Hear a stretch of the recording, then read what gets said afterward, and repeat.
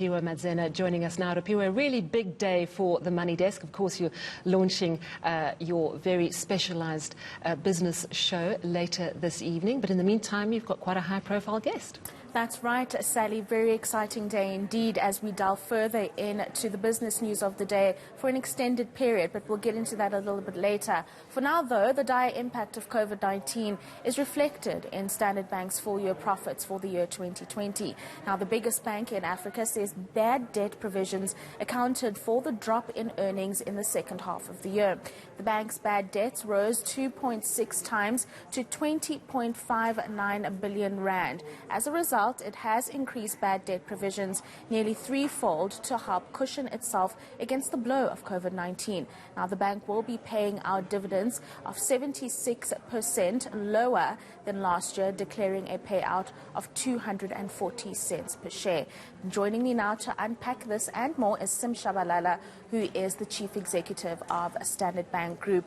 So many thanks for your time this afternoon. So consumers obviously suffocating, and your results showing that with the bad debt provisions, this is a big story, or one of the big stories of the results today. Yes, indeed it is, Rabiwa. I think there is no question that the biggest driver of the negative growth in Standard Bank's earnings is attributable almost exclusively to bad debts.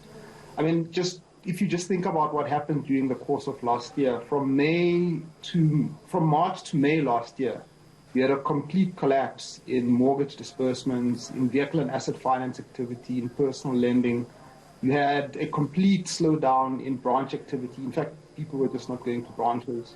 You had people not making payments. There were no swipes. And so the story is really one of just a shutdown in the economy and no activity, giving rise to no financial activity.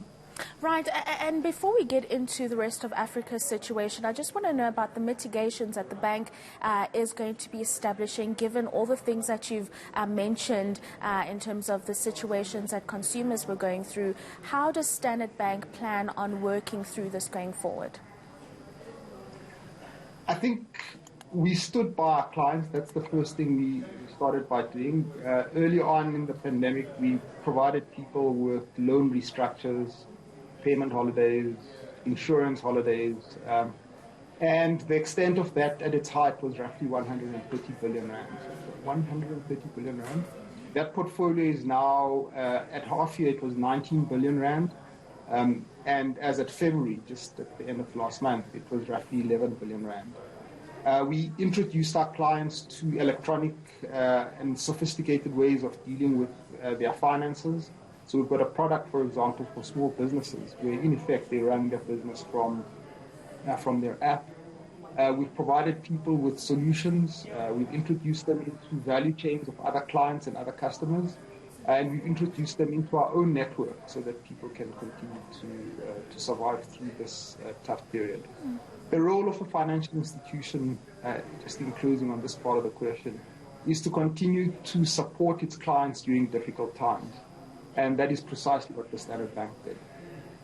Another big challenge here, Sim, the President lashing out at banks for their tight criteria in extending loans to COVID-19 hit businesses. Now, he's argued that the uptake has been poor because banks like yourselves have been too strict with that criteria. And how have you responded to that particular criticism? We're very respectful of our President. He is the President of the country. We are respectful to him. We're respectful to his officials. But we have to play within the mandate that a financial institution has. We operate within the context of the Banks Act, which provides for the safety and soundness of the system. We take deposits. We have to make sure that when we recycle those deposits into loans, we don't take risks that are so high that we're unable to repay those deposits and therefore put the system at risk. We've been very, very disciplined in following those approaches. We've stuck to the provisions of the National Credit Act so that we don't give effect to reckless lending. We've stood by our clients when our clients have needed us. And as I said, it was 130 billion rand. And I'm pretty certain that the criticism that you're referring to may apply to others, but it certainly does not apply to Standard Bank. Right, many thanks for your time, Sim Shabalala. So much to discuss, but very little time. That is the Standard Bank Group Chief Executive breaking down the company's numbers this afternoon.